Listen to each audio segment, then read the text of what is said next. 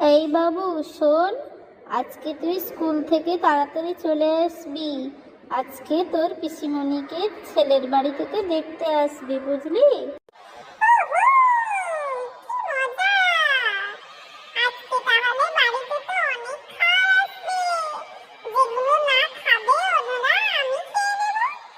হ্যাঁ, তোর তো খুব মজা। আর এদিকে যে তোর বাবার পকেট কেটে ফাঁকা হয়ে যাচ্ছে, এই নিয়ে 14 নম্বর ছেলে, বুঝলি?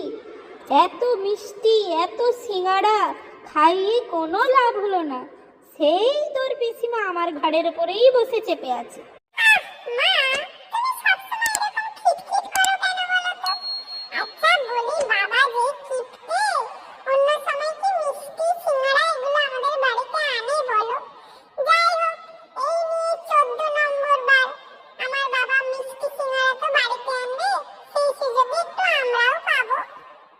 শোন না, বলছি যাওয়ার সময় না পাড়ার বুলটি কাকিমাকে মনে করে বলে দিয়ে যাস ওর পার্লারের সমস্ত জিনিসগুলো এনে যেন তোর পিসিমাকে সাজিয়ে দেয়। যা রূপের ছিরি, আর বলিস না। চুলগুলো সব যেন ঝাঁটার মতো খোঁচা খোঁচা, দাঁতগুলো যেন সব মুলোর মতো। আর কি বলবো, হ্যাঁ, মুখ যেন ধান দিলেই ক্ষয় ফুটবে।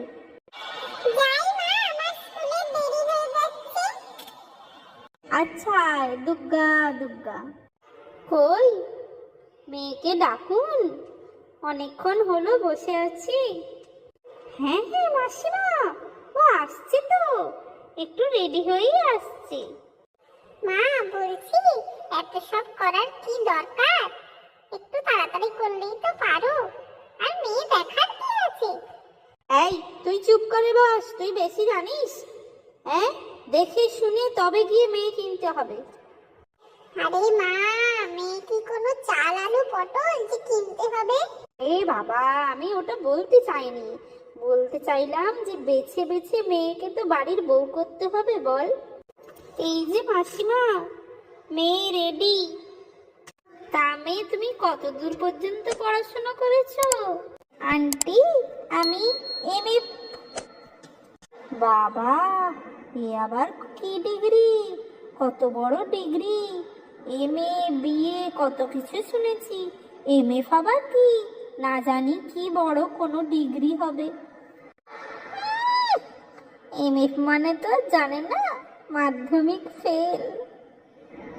বাহ, তোমার চুলটা তো ভারী সুন্দর, খুব সুন্দর।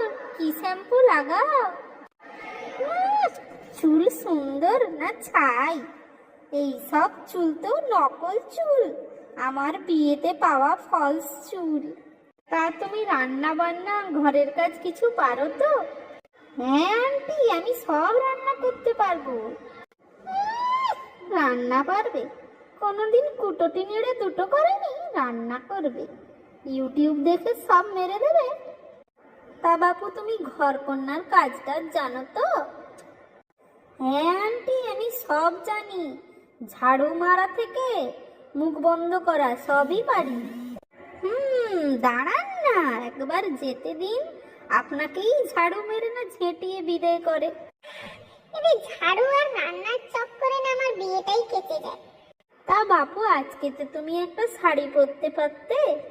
আসলে আন্টি, আমি বাড়িতে তো সবসময় শাড়ি পরেই থাকি, তাই ভাবলাম দেখি আজকে সালোয়ার পরে আমাকে কেমন লাগছে। শাড়ি পরবে? শাড়ি পরতে জানিস? হ্যাঁ, কোনোদিন শাড়ি চোখে দেখেছিস? এই যে এই 14 নম্বরের আগে 13 নম্বর পর্যন্ত আমার শাড়ি পরেই তো বসতি। হ্যাঁ, শাড়ি পরে পছন্দ হয়নি, তাই সালোয়ার পরে এসেছিস, এটাই বল না বাপু। না, ঘটক মশাই দেখছি একটা ভালো মেয়ে পছন্দ করেছে, এবার আমার বাবুর এর সঙ্গেই বিয়ে দিতে হবে। তাই যে মেয়ের বৌদি, তাই দেনা পাওনা থোয়া দেওয়া এইসব নিয়ে কিছু কথা বলি। ও বাবা, এই যে দেখি আগে থেকেই দেনা পাওনা যৌতুকের কথা বলে। না, এবারে যৌতুক যাই থাক, ন্যাড়া হয়ে হলেও আমি এর বিয়ে দেব, একে আমি আমার ঘাড় থেকে নামাবই। বলছি আন্টি, কিছু মনে করবেন না, দেনা পাওনা থোয়া মানে যৌতুক তো? আরে আন্টি, যৌতুক নেওয়া বারণ, জানেন না? পুলিশ কেস হয়ে যাবে তো। ওরে বাবা, এই যে হওয়া হওয়া সম্বন্ধটা ভাঙিয়ে দেবে, একে আগে চুপ করাতে হবে।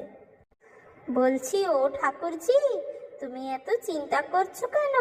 তোমার দাদা আছে, আমি আছি, তোমার ভালোর জন্যই তো আমরা সব করব না? হ্যাঁ বৌদি, ঠিক বলেছো। হ্যাঁ, আমাদের যে ফ্রিজটা খারাপ হয়ে গেছে না, তোমার বাবাকে বলো সামনের মাসে যেন একটা নতুন ফ্রিজ দিয়ে দেয়। অমনি শুরু হয়ে গেল হা পিটতেছি। কিরে ঘেঁচা, চলে এসেছিস? বাহ, ভালো ভালো। এই দেখ দেখ, এই যে এই আঙ্কেলটা এসেছে তোর পিসিমণির জন্য সম্বন্ধ নিয়ে, বুঝলি? আরে মা, তুমি কি বলছো? এই আঙ্কেলটা আমার পিসিমণির জন্য সম্বন্ধ এনেছে? এই কেন করেছে রে? এই গেল রে, গেল গেল গেল। এই বাবু, তুই চুপ কর, কিচ্ছু বলিস না, আমার হাতে হাড়ি ভাঙিস না রে। হ্যাঁ রে বাবু, তুই এই আঙ্কেলটাকে চিনিস? হ্যাঁ মা, চিনি তো। আমি সেদিন ফুটবল খেলতে গিয়ে পার্কে গিয়েছিলাম না, পাশে দেখলাম এই আঙ্কেল এই পিসিমণির সঙ্গে ফুচকা খাচ্ছিল তো।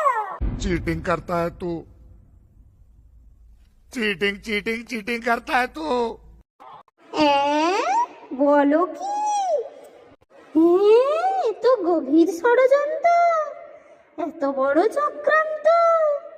আচ্ছা, না বাবা, যাক, এই সুযোগ হাতছাড়া করা যাবে না। বলছি কি মাসিমা, এসব তো ঘরের ঘরের ব্যাপার, একটু মিটিয়ে নিন না, এত আপনি রাগ করবেন না। এদের ভালো ভালো করে শুভ পরিণয় মানে বিয়েটা দিয়ে দিলে ভালো হয় না? যা, হাতে হাড়ি ভেঙেও শেষ পর্যন্ত মালাটা আমি কিন্তু তোমাকেই পরাবো।